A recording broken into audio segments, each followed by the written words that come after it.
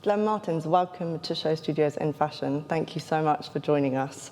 It's undeniable that you are one of the most talented designers working today. I mean, over the past 10 years, you've revived not one, but two brands, Y Project and Diesel, and made them into kind of the most talked about collections during Fashion Week and kind of garnered these cult audiences. To do that kind of takes serious ambition. Were you ambitious growing up? Do you consider yourself an ambitious person? Oh yeah, for sure. Yeah, but first of all, my father is a judge, so there was a high expectation of success somewhere somehow. I mean, they don't let you do things like this. So I'm really. I grew up in a very classic household. At my mother's side, my whole family is actually military. My grandfather was a colonel in the Belgian army in the Second World War. So it's an education which is really focused on plan A, plan B, plan C, have everything sorted out, not too much fun. And on top of that, I'm also a Taurus. So I'm very stubborn and directional. So I think ambition is definitely something that was in me since day one. Then I didn't know, of course, as a child if it would be fashion or not, but I was definitely a boss. So a structured environment. Was there kind of any creative environment? I know that, didn't you go for kind of trips with your parents to kind of see different buildings and architecture around Belgium? Well, I mean, I'm coming from Bruges, so it's a very beautiful small town in the middle of Flanders. It's super tiny. I mean, you guys have seen the movie in Bruges, and they say shit town Bruges, because it's so tiny, there's nothing to do, and it's really as it is, Bruges. But the beautiful thing about it is it's like a fairy tale country, because, you know, everywhere you walk around, all the buildings are Gothic, medieval, it's all one cohesive world, sorry. So it's Disneyland, so that colors you very much, because you really live in a reality which has nothing to do with actually the real reality. It's a Cinderella land. So I definitely think Bruges has a very big impact on how I see life and how I see creativity, because I like to make total pictures. I like that everything fits within one beautiful story. Then, of course, on top of that, Bruges is a historic city, medieval city. My dad was a very big history freak. And being a judge, he would, of course, oblige us to go to all the museums and whatever, all the cathedrals. And he would actually bring it in a very nice way. He would really bring the whole story of, in theory, quite boring subjects, again, in a very fairy tale way. Like, he would really talk about Marie Antoinette as she's like a Disney princess. So as a child, I was completely obsessed by all these figures. And I became actually a bit of a history nerd. I wasn't the coolest child.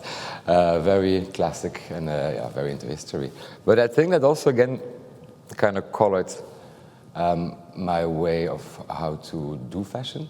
Because I think the whole idea also was that when I was a child, I would be drawing. I had a creative hand, though, so I would spend my days drawing. But at the end, I would spend my days drawing those historic figures I saw with my dad in the museums. And of course, nobody had any idea how Napoleon looked like, really. There's no pictures of Napoleon. Maybe we have more visuals, but like Cleopatra, whatever, Caesar, who is that person? But we know how to recreate Cleopatra through her clothes. You know, if she wears a linen, whatever, stola and some kind of butter on her head, it's Cleopatra. And I think that's the first time as a child I was really aware how clothes could actually make a person, and how a person can be somebody and can be empowered by the garments. With that love of storytelling and character building, what took you to interior architecture before fashion? But that was again a thing. I mean, my parents were very strict, so I was allowed to study as much as I wanted at university. But if I failed once, I had to pay it myself. So there was no subventions from the family. So obviously you have to be wise. I came from high school, I did Latin and languages, and I really felt I wasn't going to be a history master. I didn't feel like doing something theoretical. I did have that creative need. But then again, I came from Bruges where there's nothing, there's like really nothing. So I was never confronted with music, art, movies, super classic. So I had to find something to do to open up in the creative world, and I thought interior architecture could have been fun, but it was fun because, you know, it's a little bit of artistic expression, but also mathematics, and, you know, it has to fit into a structure. So it felt like a really good in-between. I graduated at 21, and then I was like, yeah, I don't really like to do interior architecture. And then actually I came into fashion by accident, to be honest, because the Fashion Academy of Antwerp was built by a very famous Belgian architect, Marie-José van Hey. And obviously we studied that building during the architecture classes, interior architecture. So we studied the whole concept or whatever, and that's how I actually discovered Belgium had a fashion academy. I never really thought that fashion could even be schooled. And I was like, that building looks really beautiful. I would love to spend some time in that building.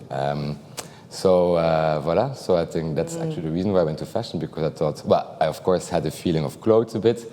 I did like to draw this kind of like kings and queens. And I was like, yeah, fashion could be me something different. So I went to the entrance exams of the Antwerp Academy with a portfolio of kitchens and chairs. Like, no idea who Alexander McQueen was.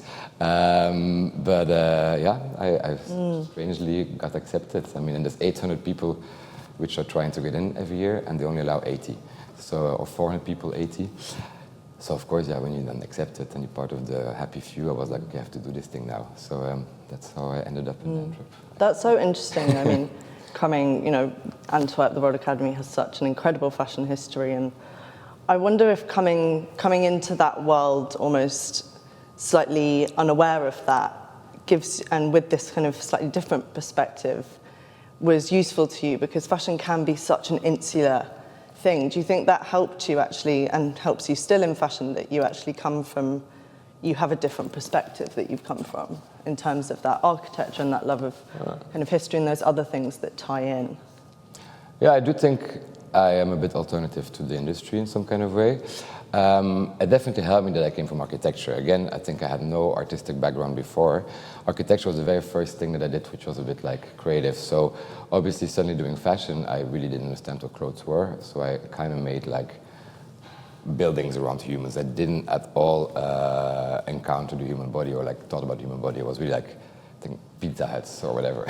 So it was very constructive. But at the end of the day, it took me a lot of time in the Antwerp Academy to actually understand the real fashion, the clothes, the fabrics, because my first focus was about construction. And I think that was a plus point, because at the end of the day, I think now one of my fortes, especially at Y Project, is construction, because I really see garments as constructive buildings, as I love to experiment in how to create, how to build a garment. And that probably comes from that very naive moment in the beginning of the Antwerp Academy, where I was just there trying to build a house around a human. So yeah. I mean, there's so much, I want to kind of talk about the construction and the concept element that you start from, because I think it's really interesting, but I do want to keep kind of going back a bit, and because there's such a pressure on kind of, I think that graduates place on themselves now when they leave fashion school and they're like, I want to start a brand, I want to be a creative director straight away. But actually that time in industry and learning is so, so important. So I wondered if you could tell us a bit about that time after graduating when you moved to Paris and worked for some other designers, and how important that was for you. Yeah, it's true. It's a very strange place, though, graduating from Antwerp and coming into the industry, because it is such a complicated school. It's a very hard school. People like get dropped out like every year. So you start with 80 in the first year, you finish with 10. So it's very competitive. It's a really high education. I mean, like they really teach you very well the job. But you do sometimes have this kind of Antwerp Academy syndrome, meaning that the students come out of school and they think the world is going to come to them and they're going to get jobs offered from everywhere, which of course is not at all the reality. And then you have two ways, and or you jump for it, or you or you just stop fashion. But anyway, it's what I did specifically. I was actually very lucky, because I was contacted by the Paul Gaultier team, thanks to my graduation collection from the Antwerp Academy, to start working with them. So I actually didn't even do an internship. So it was amazing. I was also very snobby in those days. I also came from the Antwerp Academy, so for me Paul Gaultier wasn't even good enough. Because of course it was the heydays of Balenciaga by Jesquier, and we all wanted to be there with Phoebe Philo or with Riccardo Tisci. So Jean-Paul Gaultier I was very happy and very blessed that I had a job and that I could pay my bills. But I snubbed it a bit, to be honest. I did learn a lot from it. But yeah, what I definitely understood, though, is that my grandfather, the colonel in the Belgian army, when I started at the fashion academy, he, of course, was like, what the fuck are you going to do with a fashion degree?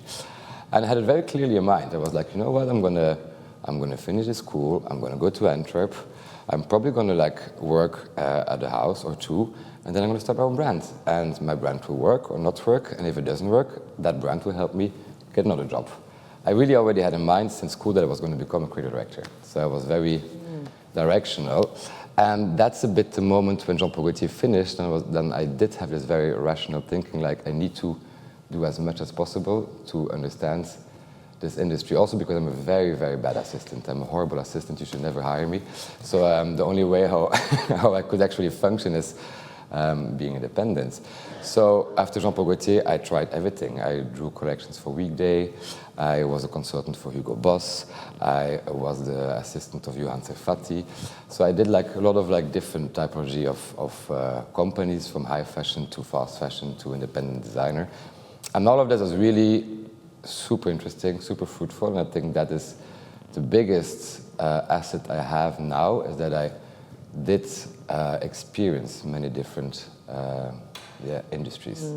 And I think if you're a creative director, or if you have to run a company, you need to understand all the people in your team. I mean, at Diesel, of course, it's about creativity, but I have the merchandisers, I have people from all over the world doing very different jobs, and I think why I'm quite okay in doing my job is that I understand where they come from and what they do, because I somewhere had to do it myself also. I had my own brand also for a moment, so I've been in many places. Yeah, I mean, you strike me as a very grounded person. You understand the different levels that it takes to do that overarching job. In 2013, you were offered the Y Project job, and I'm sure all of that experience kind of put you in a position where you were kind of able to deal with that responsibility of looking after a team, taking on that existing creative history, but also finding a future for the brand. Can you tell us a bit about that moment, how that job came about, and that kind of what your kind of game plan was? Because I mean, you strike me as a person that you know what the steps are and you know what you want to achieve.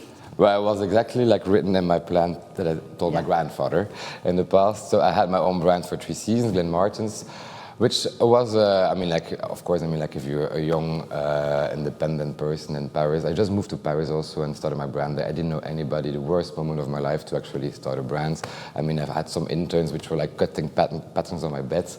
My apartment was like everybody else in Paris, 12 square meters. So it was a really bit of a disaster, but we still managed to get 15 stores in 3 seasons. So it worked, but it was intense. You know, you just if you're independent by yourself without any cash from home. I mean, you also are the commercial director, you're the PR, you are doing the pattern, you're the head of studio. You cook food for your interns because you don't pay them really, so you have to cook for them, so at least they have something back. So it was a success, but it was intense. So as I planned originally, I was okay, I will have my own brand. Maybe we will pick up and become explosive, or maybe we'll be a platform for something else. And I think the moment Y Project rang on my door, that's the moment when I decided, okay, that's perfect. I mean, Martens, let's stop it and do Y Project. Of course, Y Project I already knew because after Jean-Paul Gaultier and before my own brand, I worked with Johan Serfati, which is the original creative director of Y Project, so the Y of projects. And he had his own brand, so a few years earlier, which was based in Istanbul. So I was the right hand of Johan Serfati, the brand in Istanbul. The brand went bankrupt, and a few years later, he recreated a new brand, Y Project, with a new business partner. So when Johan sadly passed away very shortly after he started Y Project, I think 3 or 4 seasons after he actually launched the brand, the original CEO, Gilles Lalouf, contacted the only person he could think of, and which was me basically, because I used to be the right hand of Johan in the past. And for me that sounded very lovely because, even though Martens was going well, I had no brain to do bills and accountancy and all those things that are really horrible. I'm the worst person in this. And I thought like, okay, like I can go to Y Project, which is also a very small brand. I think in those days they had maybe 12 doors. But at least there was a little bit of a structure. There was a CEO, there was somebody taking care of production, so I could focus really more on creativity and pattern making and the things that I'm best at. So yeah, I went to Y Project and then we built it. Yeah. I mean, you really built up an infrastructure for that brand, though. But it was a complicated situation because the people who would have remembered Johan, who would have known Johan Serfati, he was an amazing figure, really. He looked like a Tim Burton character, super tall, 2 meters, like, and he had a very specific style, and his brand, basically, he was really drawing for himself. He was really actually drawing his own wardrobe, which was extremely emotional and beautiful and successful, because it was a whole story. Obviously, when Johan passed away, it's a very complicated situation to take over a brand in mourning, because even though we had a very small amount of customers and a small team, people were still in mourning, and people who bought Johan Serfati bought it also because of the fascination of the persona. So obviously I wasn't Johan, so I could never replace that person. So out of respect for the legacy, out of respect for Johan also, because I knew him very well, in the beginning we kind of stayed quite close to the Johan world, just to do a soft transitioning for the first 2 years. And then at a certain point, my CEO, Gilles, was a bit like, okay, we're surviving this crisis. Maybe we should try something else. I hear women's wear has a better access to, to turnover and sales. Let's launch the women. And that's, I think, when Y Project really kicked off and started, because women's wear was an untouched category for us. So you didn't have the weight of the past. So I could create really like a new woman, the woman that I believed in. And I think, yeah, I went very fast from then. We were very, very proud of that small little team. I mean, coming back to that idea of construction and that being your starting point and your concept, I'd love to talk about that a bit more, because even after introducing women's wear, there was always this interplay between the men's and women's, where, you know, you'd have the same pieces at women's, but then they'd be styled in a totally different way for the menswear. Can we talk a bit about that obsession with kind of construction and play? Yeah, but that came a bit by obligation, to be honest. First of all, I think Y Project was a very junior brand in the way that I was not really ready to be a creative director. I mean, I did work everywhere, but at the end of the day, I was still quite young. And secondly, my CEO, Gilles, never worked in fashion before. He wasn't a fashion CEO. I mean, he did Harvard and he was in informatics or whatever. So we really did everything how we felt it, by looking at other people, but there was actually nobody senior in this company. And I think that's also, for example, one of the reasons of Y Project, because it felt very natural, and we accepted the mistakes, you know, and there was no guideline from something else. So it was a very unique project. But so yeah, Gilles, when he, for example, proposed to do women's wear, I was like, yeah, cool, whatever. I'm always like very happy to go for a new challenge.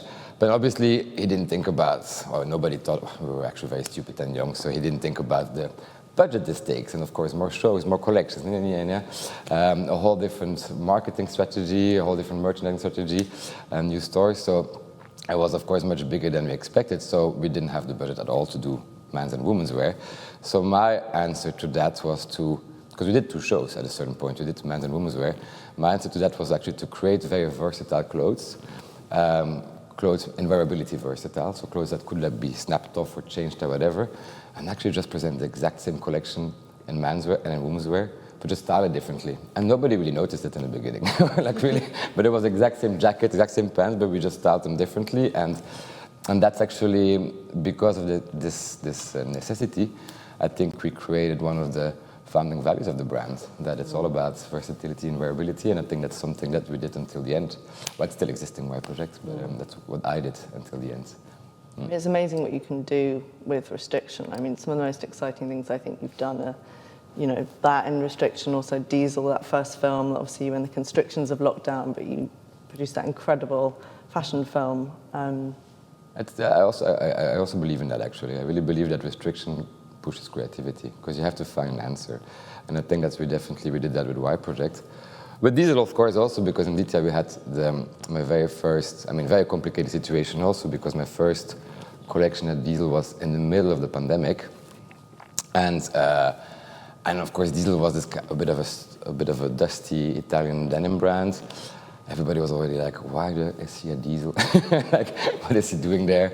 Especially because I came from Y Project, which was this kind of little creative gremlin, and then suddenly being in a really big, established, stuffy denim brand. So most people were like, okay, he's doing this for the money, but not true at all. I really had a passion for Diesel. I really loved Renzo. So it was quite important to make a big statement from day one, and from the first moment I came out with something. And that big statement had to happen during the pandemic. It's always very easy, of course, to do a big show or whatever, but if you have to do it online, you have to catch people, and you have to make sure that, of course, you also talk about all your fundamental values you want to bring back into the brand. So yeah, we did that film with Frank Lebon and Chris Simmons, and basically I think it was a very successful film because we really talked about everything that I wanted Diesel to become. So it was really there, and it was funny also. So yeah.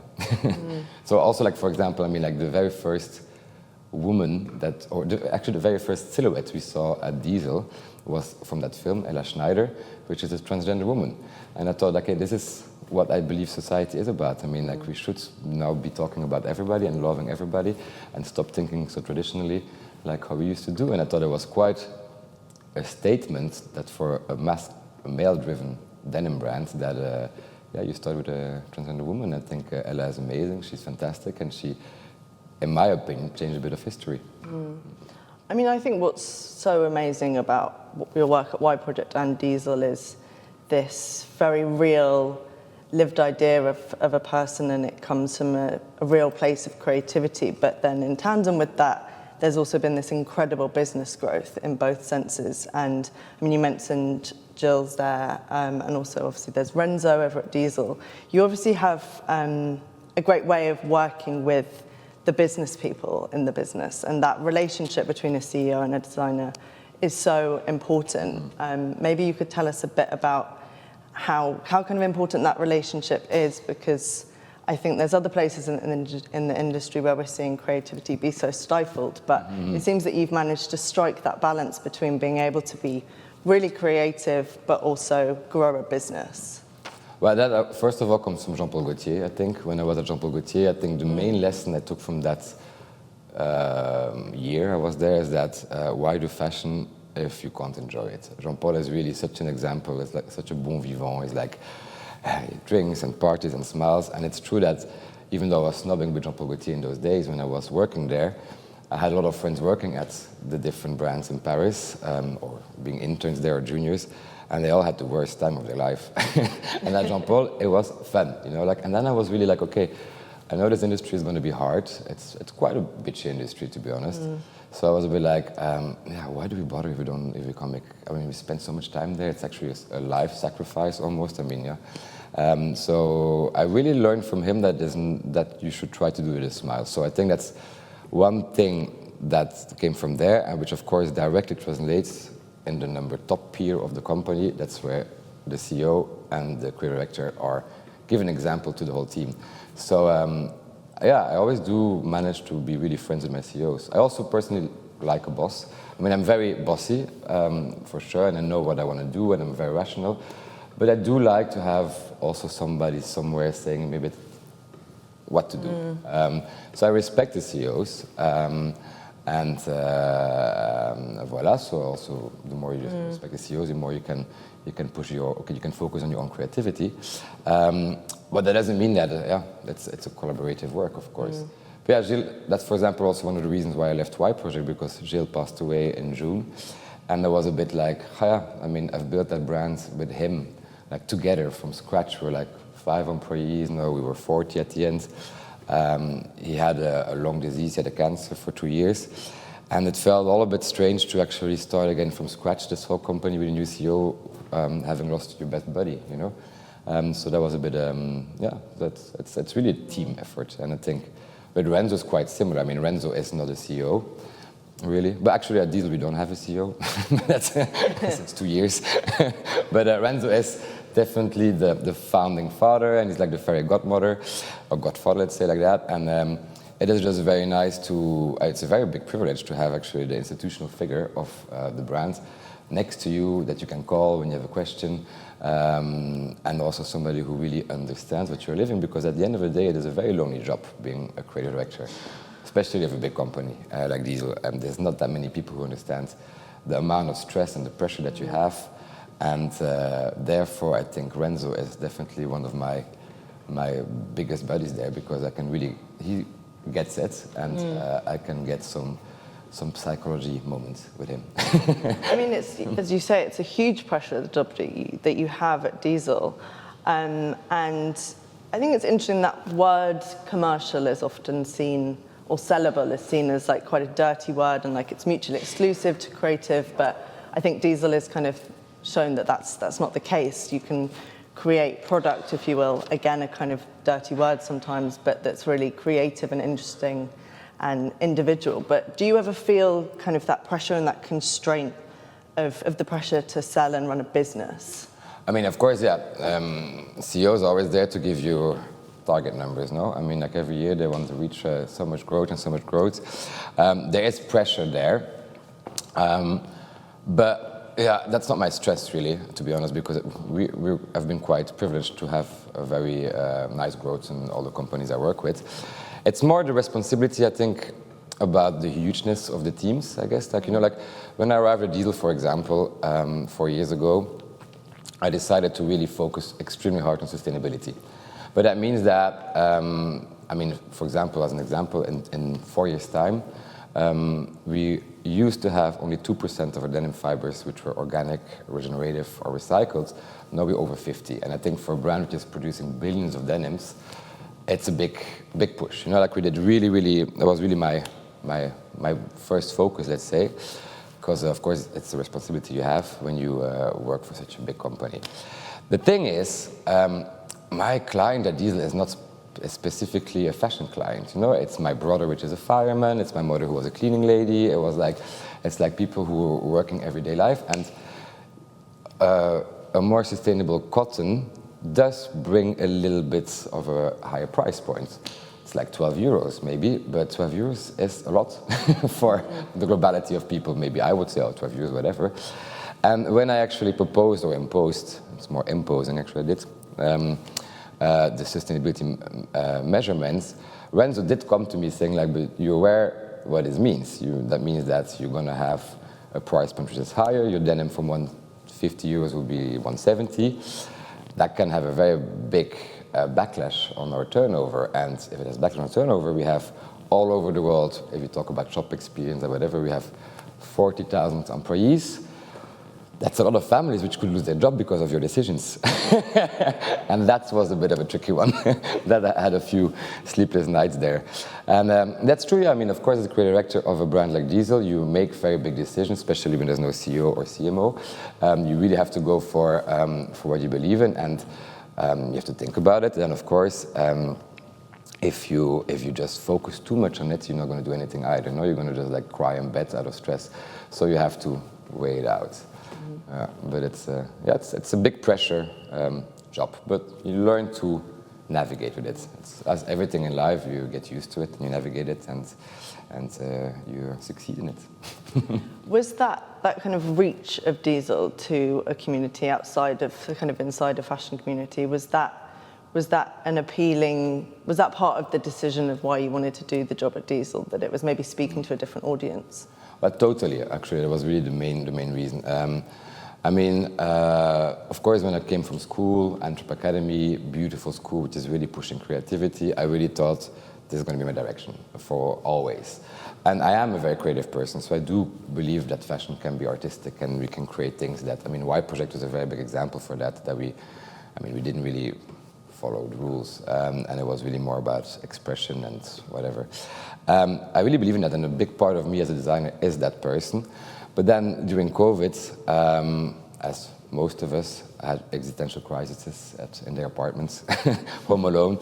And also me, I was a bit there like, what, am I going to be happy if I like die at 80 just doing dresses for rich people? You know, I was a bit like, maybe maybe I should get something more out of this industry.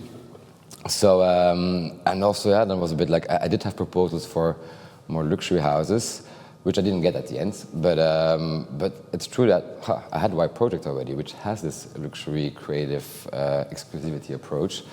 And then Diesel came, and then with Diesel comes the idea also of talking to a really much broader public, because it's a lifestyle brand, and it is talking to the fireman and the cleaning lady, and also to the judge and to whatever the artist. It's a very democratic brand. It talks to every single person.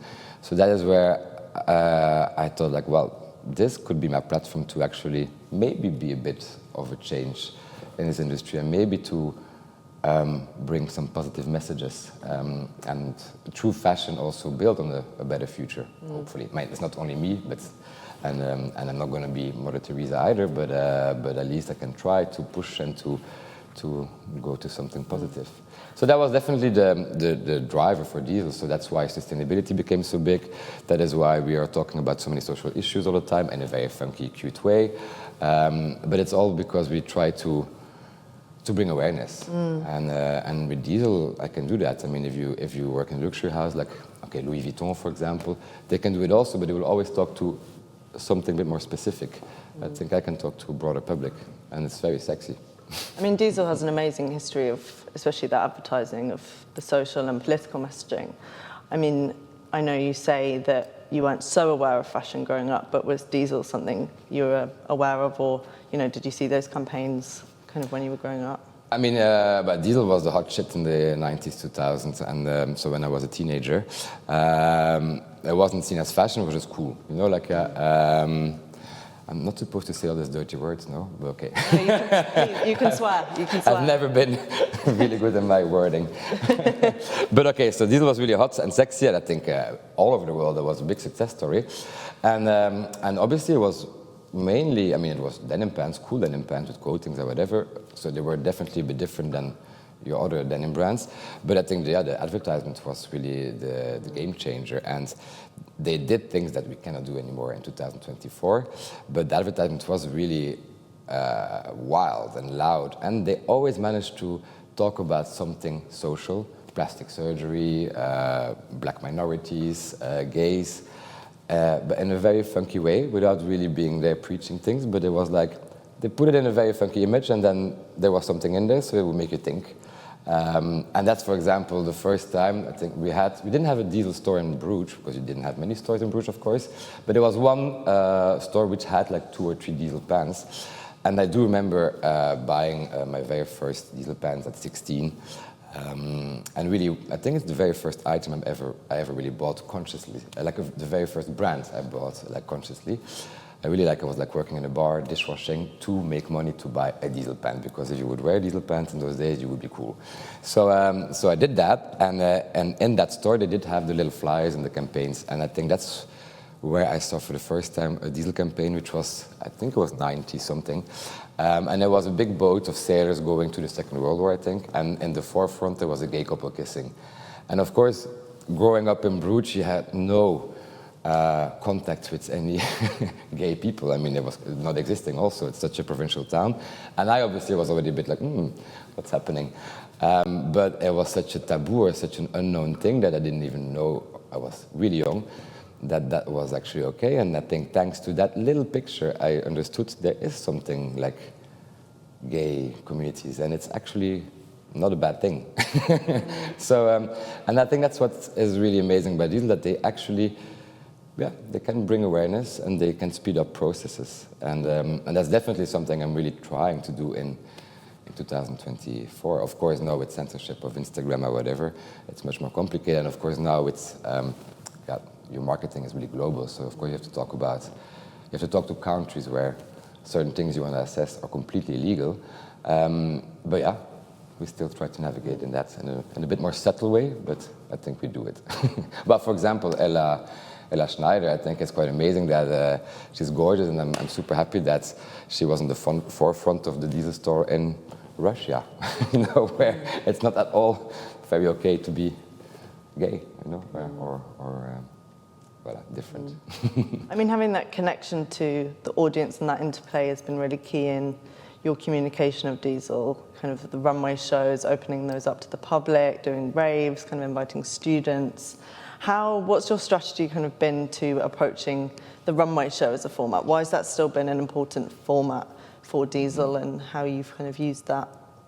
Well, first, I mean, again, we are not officially a fashion brand, we're a lifestyle brand. We are alternative to the luxury, meaning we don't really, in theory, belong on the fashion week. I mean, since I arrived, we are on the fashion week in Milan because Renzo and everybody thought it would be good to use my creativity and to push a fashion show. But that wasn't even in the planning. When I was hired at Diesel, there was no runway show in the contract. It happened in the process. So obviously, like when we decided to be part of Milan Fashion Week, I was a bit, okay, great, but I don't want to play the game of Bottega and Prada because I'm not Bottega and Prada. I mean, they do an amazing job, but they are luxury, they are fashion, and they are perfect where they are. We belong in Milan Fashion Week also because we are having a part of the collection which is fitting into that world and which is high-end and conceptual and artistic and of course more expensive, but let's never forget our founding values, which is everybody in democracy. So my challenge to myself every year, and which is very exhausting, is to actually find a way how to bring the exclusivity of that luxury feeling of Fashion Week, but in an alternative, democratic way. So I'm really making my job more difficult than I should be. And so it's always like trying to find a new way. So obviously, there's moments where we find venues and we can open the show to public. It's the easy one, of course, which is lovely, of course, because you can have 10,000 people raving at the Diesel show for free with free drinks, and the kids from all over Italy are coming and they're basically fighting to get in. So it's also really beautiful because, I mean, all those people have never access to shows. You know, like we always invite the schools. We should always remember that fashion shows are really for the happy few, and I think it's great that also now the students can actually see something more, what is waiting for what they have to expect in the future. That's also why, for example, now we are opening all the show preps, so the whole styling, me with my stylist, the whole show preparation is actually live streamed on diesel.com, so you can actually see how we are building that collection. But then there's also other ways of communicating, which when we don't find a venue to open it to public, then we try to do something different. And for example, then we build a massive mountain of like condoms in the middle of the runway, which was actually quite important because the wife of Renzo is the head of the OTB Foundation, which of course talks about which is working on really great social projects, and she brought the attention that HIV is extremely growing with Gen Z, obviously because they are born in the generation of the time after the AIDS pandemic, so they're not really confronted with it. I mean, I was in the 90s very scared of it because I was still part of that whole traumatic experience, but those kids don't really know about it. It's not really their reality, so they're less safe, and HIV is growing there, and not with the grown-ups. So I thought, like, okay, being a brand like Diesel, which is really talking to Gen Z, and we have a lot of Gen Z customers, how can I help also with bringing a bit of awareness? So we did this whole massive set of condoms in collaboration with Durex, and then we actually supported every single of our 450 Diesel stores worldwide with unlimited access to condoms until the end of the year. So everybody could go inside and get their condoms, which is also very great because I remember me at 16 going to buy condoms in a pharmacy. It was like a nightmare, you know. so it was very good I thought it was cute that they can just come into the store and buy and get their condoms. So I think these are all small ways how we try to always have a little bit more of a community approach and give back also to our friends and family and community, and really make sure it's very clear that we are a lifestyle brand and a democratic brand, and we talk to everybody and we want everybody with us. It feels like there's such a care there and a communication and a kind of dialogue between you and your audience. And I wonder if it's important for you, that kind of agency of the wearer, because it never feels like your clothes are kind of telling or dictating a look, you know, whether it was Y Project or Diesel, it's always kind of proposing something and then it's up to the wearer to kind of take that and fashion their own identity and their own look. It feels like that agency of the wearer is kind of important, and I wonder if that's something you're aware of when you're designing. You mean that we are trying to support individual wearing? It was definitely one of the founding values of Y Project. I think it was a bit of a counter-reaction also of what was happening then. You know, there was the logomania moment in those days, and you could buy a T-shirt with a big logo of a brand for 800 euros, which I think is ridiculous. So it was a bit like, and it was all about logos. I think a logo T-shirt fits very well in lifestyle brands like Diesel, but a luxury brand, okay, whatever. I don't want to talk about this, but it was a bit of a counter-reaction because I really felt, I think it's also a bit the fault of social media because now we are so addictive to like consuming images super fast. So of course a logo is just a really fast answer to a world and to creativity. And we did really question ourselves at the Y Project, like, okay, are we going to play that game? And I was a bit like, wow, I think I wouldn't feel like a good designer if I do that. So I actually went the opposite way. So we started doing completely unbranded garments. I mean, at the end, in the last 10 years, we had small brandings everywhere. But like, for example, when we had a logo on the sweater, like the embroidery of the Y Project, it would still be like with a pinch, no? Like there would always be a twist in it, so you pinched it together. So I wanted to do something a bit different. And then it was really about like trying to, because as we were all like starting to hide behind the capitalistic way of seeing fashion, I was like, should we not just try to, again, reinforce the message why fashion was so beautiful? It's because you give empowerment to people to be themselves. No, like I think there's so many reasons why fashion are there, and many brands have different reasons. But what they have in common is that they are empowering people. They are making sure that the person, when they buy an item or wear an item, they feel like how they want to feel. They can show themselves off how they want to be perceived. And that is, for me, the most beautiful thing of fashion. And I think with Y Project, we really pushed that because our clothes were extremely complicated to wear, to be honest. There was a lot of layering. We did very quirky stylings in the fashion show, as experimental that you actually couldn't really copy it. Like even me, I mean, honestly, I was styling it like for the show, and if I had to then restyle it 2 months later for a shoot, I was like, no idea. So, but that was also the whole point. I mean, like, it's like there was no real answer. The answer is really that you have to question yourself, how do you want to be perceived? So the idea is really that you have to watch yourself in the mirror with that item. You need to think like, do I want to be more strict? Okay, I will button the whole shirt down and make it flat. Do I want to be more conceptual? I can start deconstructing it and like creating some kind of crazy drama. And then do I want to be more sexy? I can just take it away and be half naked. And I think a lot of different answers were often you could often find different answers in the same garments. And I think that was a very fun exercise, which we really enjoyed a lot at Y Project, and which I think is still one of the founding values of the brand. For Diesel, it's, I don't know if I think for Diesel it's really about the ethos of the brand. You know, like it's called For Successful Living. And I think that is the most important sentence in this brand, and I think everything is based on that. And it's really about like a mentality of like have fun, enjoy your life, no bullshit, be straightforward. Voilà, just go for it. You know, like be loud, and as long as you respect each other, of course. And so it's true that I don't create so much a man or a woman. I mean, the runways are quite curated, but I hope I don't create too much a very one-directional person, or at least I try not to. But you very much curate an amazing world. What I mean is, you know, people can come into that and take parts of it and engage with it in a very dynamic way. I think that's a bit like what I try to do at Diesel. It's true. Like I don't try to create the army effect. I think some brands do the army effect, and I really respect them for that. And I think it's really beautiful when a brand is like it's like one big army of models. That's definitely not the case at Diesel. We try to go all different stereotypes just to reinforce the democracy and the individuality. Yeah. I think also what I mean is I never feel like your consumer is very passive. They're active and they're engaged with you creatively and kind of...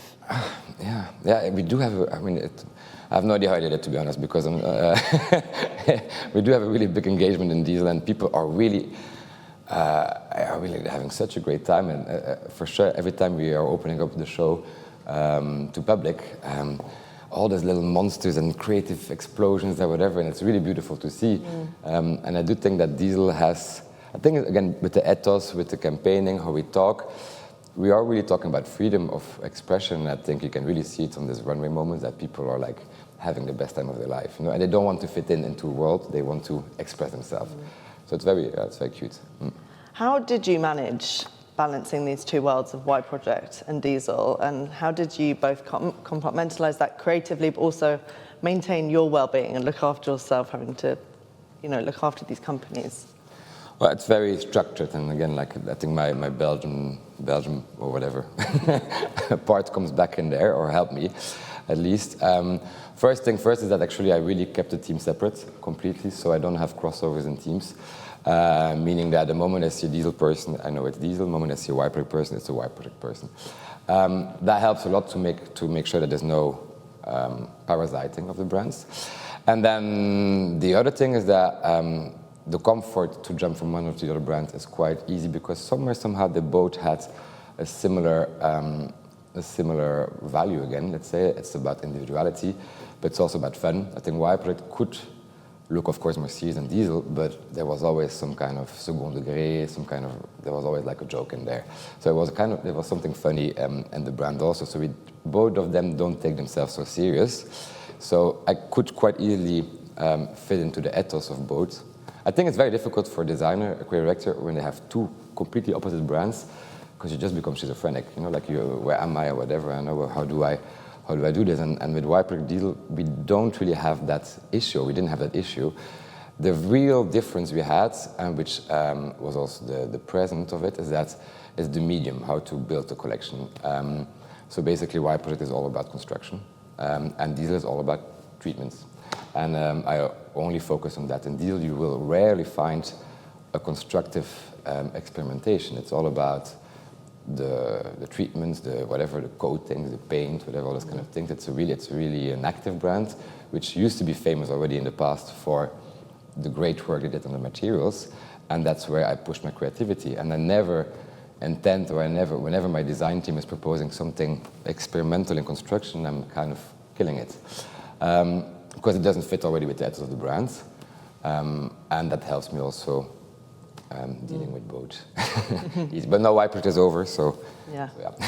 Let's move away from Y Project and Diesel for a moment. Too much coffee. I'm jumping around. No, you're good. You were the guest designer for Paul Gaultier Couture. That must have been a lovely full circle moment for you. Yeah, it was amazing.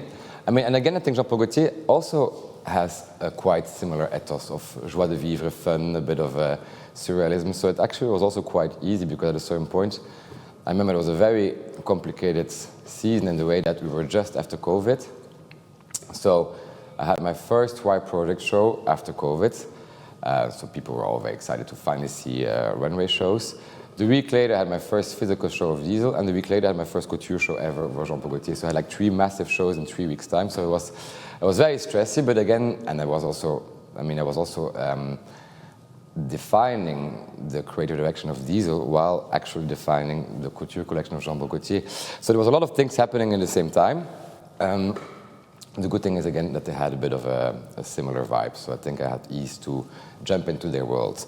And Paul Gaultier, I mean, it was amazing, because, I mean, how many creative directors or designers wouldn't dream of receiving the brief from the CEO that there is no budget. You can just do the dress and use as much fabric you want to do, and pearls and whatever. So that's really where I kind of reconnected with my inner child, and I was thinking about Cleopatra and whatever, and creating really like fairy tale moments, because I think fashion can be that also. Fashion can, of course, it is a product, but sometimes it's also there to make people dream, and I think couture is the moment where you can just create a Disneyland. No, it was such a beautiful collection, and I mean, it comes back again to that idea of you as you have this amazing imagination and these stories and these characters. I also wanted to ask you about a magazine curated by, and working in that way of putting together a magazine and bringing together your kind of collaborators and different reference points for a printed publication, and what that process was like. Well, a magazine is a very different exercise, because at the end of the day, a magazine is only about my ego. It's just me. With Paul Gaultier, Diesel, and Y Project, It's a lot about what is the brand famous for originally and how to reconnect with it, how to celebrate it, how to respect it, and then of course make your own thing out of it. And so it's a bit more structural. A magazine, yeah, it was actually, I was more like my private diary, to be honest. It's really like, okay, what do I like? And it was cute to actually, because of course, like within 20 years of career, you go different directions, and voila, and you grow. But I was really focusing with a magazine, like, okay, what was also my starting point? No? How should I reconnect with my founding values? And I actually found back like a whole database of the Glenn Martens Bible when I had my own brands, and it was a whole bunch of pictures, like really like for shows, for pictures, for whatever, like all kind of mood boards, which I recommend to every single young designer before they start doing their own brands or whatever. They should really work on their Bible, because it's something you will use forever and ever as a tool. Because once you really start working, you just have to follow the industry and you have to be fast, and sometimes you actually don't. Because of the fastness, you actually lose your connection. So I had that Bible, and I went back to that Bible, and basically a magazine is a celebration of that Bible. So we shot in Bruges, which of course is very important because I grew up there, with Belgian models. I also wanted to celebrate all my friends, all the people who actually helped me and with who we worked together to create all the crazy things we've been doing. So yeah, it was a bit of honoring my past and my future. It was really cute. Yeah, it's really lovely also to have a magazine saying carte blanche, do whatever you want to do. So very thankful for a magazine. Curating that world. I want to ask a bit about those ideas of sustainability at Diesel and how important that was to you, and then this new announcement of doing the collaboration with H&M, which were you saying to me before, is that actually a Y project collaboration, or is it a Glenn Martens? It's a Glenn Martens collaboration. I mean, first of all, I think H&M is doing extremely big work on sustainability. Of course, we all know that fast fashion has had their past. But how I know and how we studied it, and I mean, Stella McCartney did a collaboration long ago. I think Stella would not have done a collaboration with a brand which is very polluting. And everything, of course, is a journey. Rome wasn't built in one day, so I can say the same thing with Diesel. We are doing really good jobs, but we have a lot of products which are not fitting into the sustainability measurements that I would wish for. But H&M is really doing an amazing job, and I think we should really be very proud of them.